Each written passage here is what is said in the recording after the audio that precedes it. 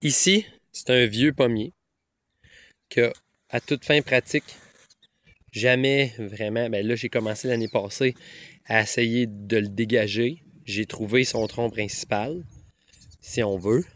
Puis j'ai commencé à enlever, il y avait comme 4 troncs, puis ça partait vraiment dans tous les bords, tous les côtés. Il y a de la branche en débile. C'est un arbre qui a été stressant en début de vie là, parce qu'il avait été arraché puis remis là. Je savais même pas que c'était un pommier. On dirait qu'il n'y a pas le même bois jusqu'à temps que je voyais une pomme dedans.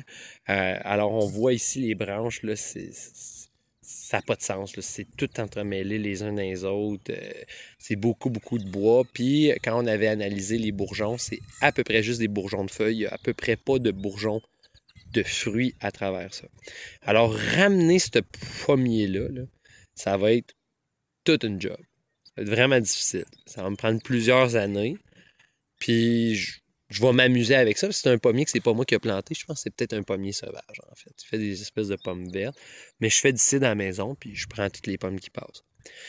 On va aller à côté avec un pommier que j'ai planté à racine nue, d'ailleurs. Puis qui se retrouve à être un pommier Honeycrisp. OK? Donc, premièrement, une variété que j'ai choisie. Une variété qui ne pousse pas vite, par exemple, mais que j'ai choisie.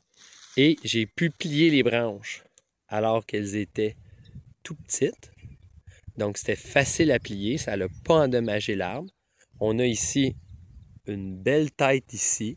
Avec le temps, je vais sélectionner certaines branches. Il y en a que je vais enlever pour m'arranger d'avoir toujours 12 branches dans l'arbre. Et la taille a été extrêmement facile, puis la formation surtout a été extrêmement facile à faire.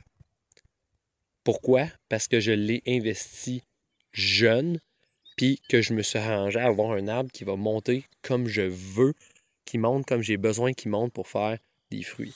D'ailleurs, cet arbre-là a presque pas de bourgeons à fruits remplis de branches.